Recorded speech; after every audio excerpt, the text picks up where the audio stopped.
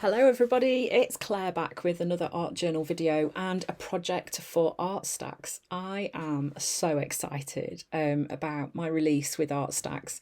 I've designed these packs of amazing rainbow inspired designs which I think are very versatile. I'll be sharing lots of videos on my channel as well over the next few days, kind of just showing you ways that I've used them, and check out the other artists as well, and one or two other people who I've sent the packs to for inspiration.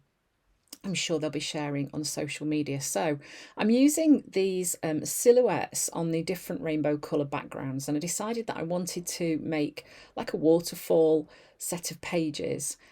So I'm playing in the small white Dina Wakley journal, and I'm going to start mastering the pages now. I'm going to start cutting into them. So I want to create like a set of steps really in these pages.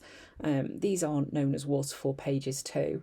And basically I'm just cutting each page behind a little bit larger than the one in front.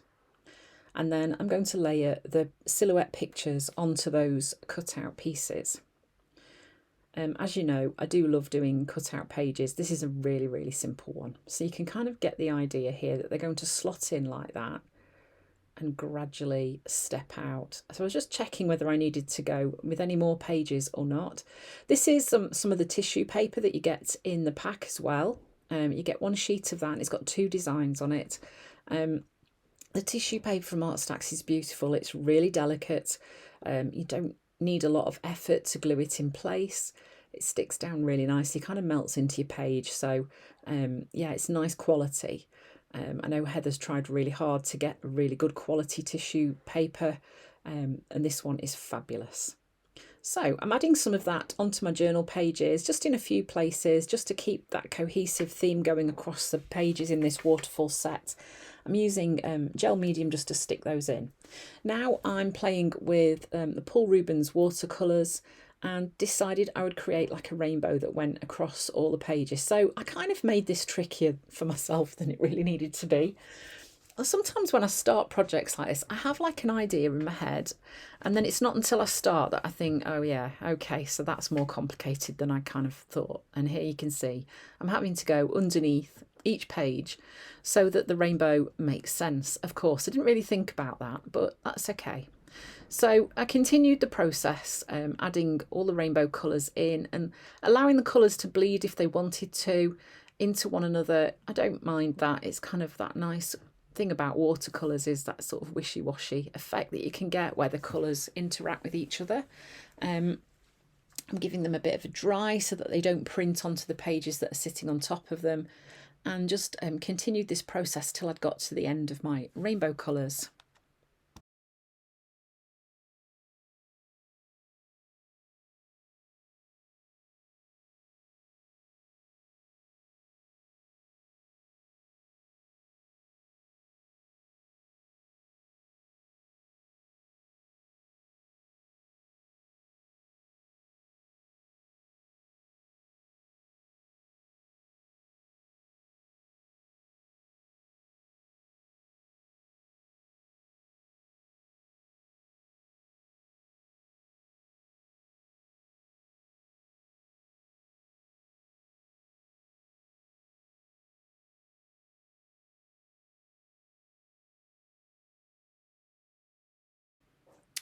So there you can see that I've let that bottom colour bleed onto the page below. I kind of felt that the rainbow by itself, it just felt a bit disjointed, so I needed to do something to make it blend. So just adding a bit of water at the bottom of that bottom colour, it just allows that colour to kind of bleed in to the water. And you can say I just went back in with more paint and did the same up here as well. And that just softens that edge of the rainbow really. So I kind of like that a bit better.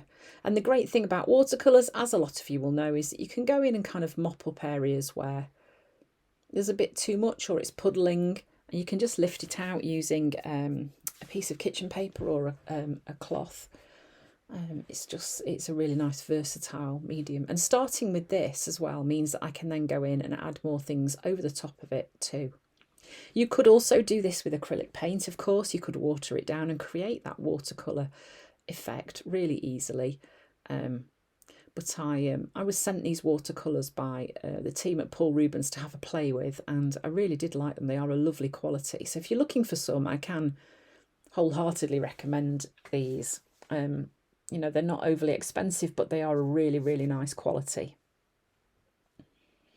So just I am just doing the same thing on all of my pages so that they kind of just blend nicely together. So this is my star mask from Funky Fossil. I'm going to be adding a few stars onto my page as well. So now I'm thinking about how do I blend those edges onto my page, and just sort of add a little bit of interest, a bit of stenciling over the top. Starting to think about the layers that I need to bring to my page. So then I'm using, I think that might be raspberry or magenta that I'm using at the bottom. So just kind of blend those, the top and the bottom of the page.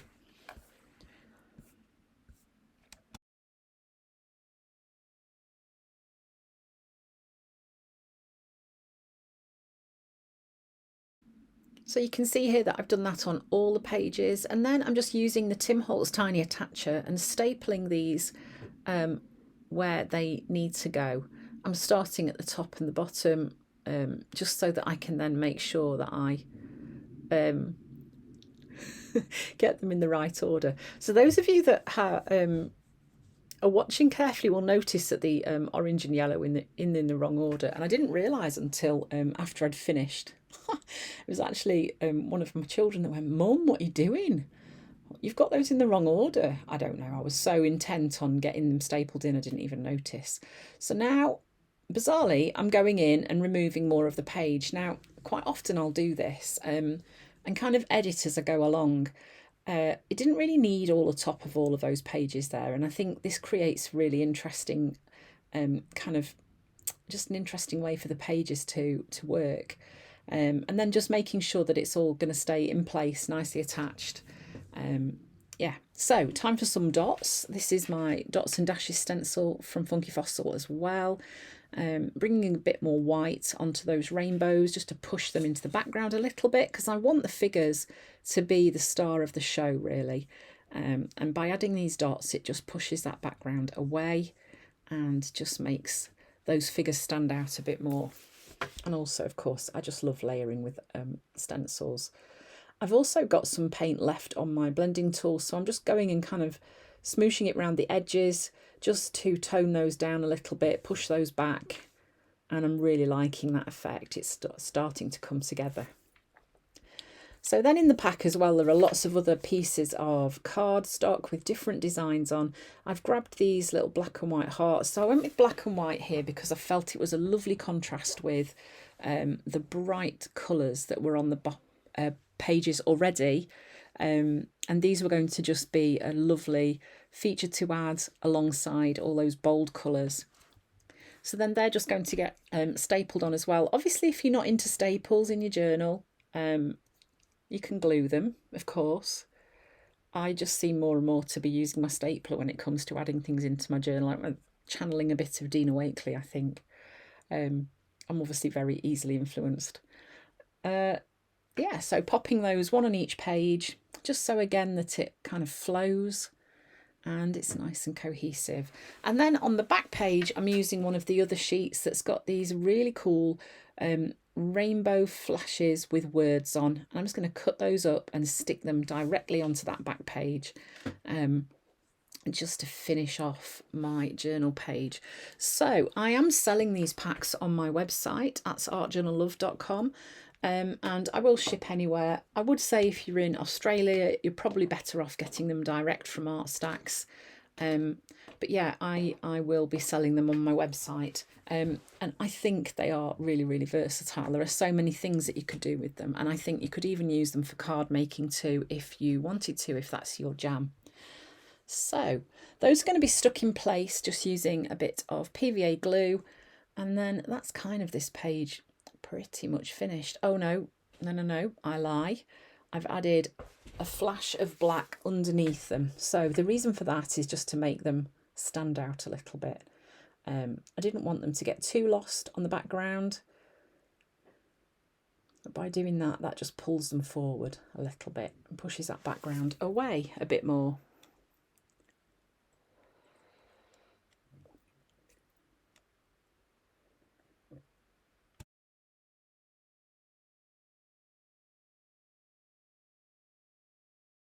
Okay, so I hope you've enjoyed watching this inspiration video for Artstacks. There'll be lots more on my YouTube channel. Go and have a look. And don't forget you can get hold of these packs from either Artstacks in Australia or myself in the UK. Thanks for watching, everybody, and I hope to see you again soon.